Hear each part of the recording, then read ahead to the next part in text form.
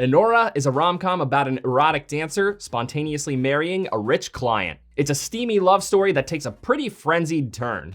Let's talk about it. In this movie, we follow ANORA, or Annie for short, played by Mikey Madison. She's a stripper in Brooklyn who meets Vanya through her line of work, who is the rich and spoiled son of a Russian oligarch. He pays Annie for her time, and after sharing some fun times with her, the two of them impulsively get married. It's a dream come true for Annie until Vanya's family finds out, and it turns from a twisted fairy tale into a chaotic misadventure. So it's a Cinderella-esque story. This charming and wealthy young man pulls Annie out of her working class life and into a lavish one. Of course, the intensity of that trope is amplified in this modern setting because it's about a sex worker. It's a very marginalized character archetype, and she's with a very high-profile dude. The very jarring difference between their two worlds really challenges our perception of this trope, so the romance doesn't just feel like it's all rainbows and sunshine. They feel like they aren't right for each other, but the story works because Annie's ambition keeps the movie alive. She sees all the mayhem in this movie as just the first hardship of their marriage that will become fruitful when all the kinks are worked out.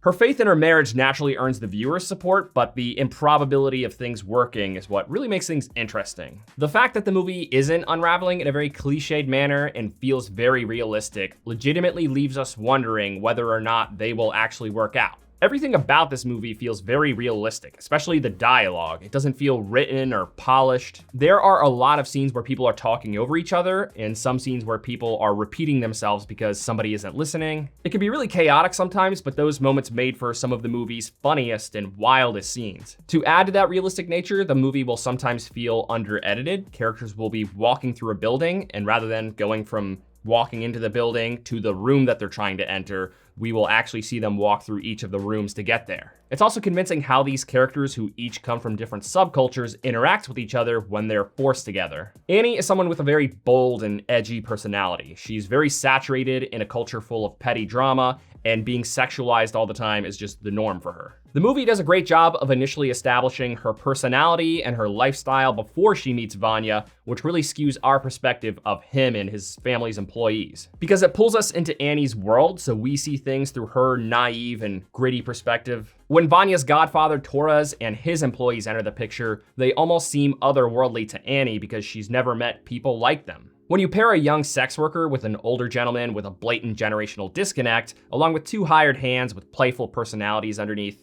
it makes for absolutely wonderful character dynamics. This movie is a total melting pot of characters that ends up brewing comedy gold. On top of the authenticity, this is the other defining characteristic of the movie, its strange blend of personality. It's carried by cross-cultural dynamics and the idea that people who exist predominantly within their curated subcultures don't typically understand the psychology of people who live in vastly different ones. It's a recurring theme throughout the movie, but it eventually becomes very clear that Annie, being the product of her subculture and little more, is the movie's focus. It focuses not only on how disconnected she is from others, but how disconnected society is from her world and how much stigma there is around it. At some point, you come to realize that, though the movie is very subtle about this, it kind of actually is just a character study for Annie. It's about a girl caught up in a culture of people who have always sexualized her. She has no concept of reality where that is not the case. So when brought into a scenario where that actually is not the case, it's almost instinctual for her to just decide that there has to be some sort of underlying perversion. It's an interesting take on a character whose relationship with dehumanization is so inherent that it's become a part of her identity. Let me tell you, Mikey Madison absolutely killed this role. She somehow gives this character fangs while still giving us reason to show sympathy for her. She's very fierce, but she's also very human. There's a softness to her that really helps you look past those sharp edges. Mark Eidelstein, who plays Vanya, is also wonderful. The enthusiasm and hyperactiveness that he brings to the table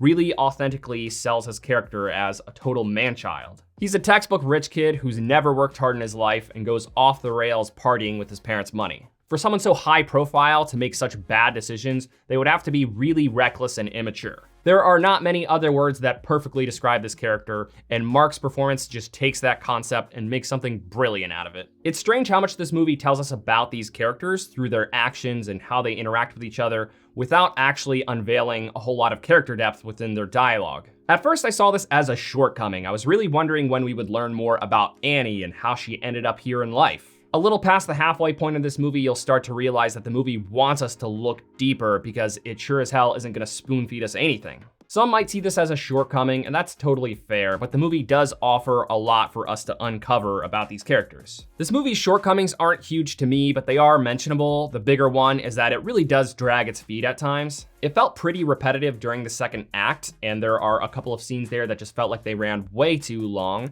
This definitely contributes to the realistic tone that the movie strives for, but the story just felt like it was languishing at this point. Some of those scenes probably could have had some parts trimmed off. The very end also felt a little bit strange. I mostly really liked the ending, but when the credits rolled, there was no music playing, so the vibes in the theater just felt really strange. We all kind of slowly just got up like this.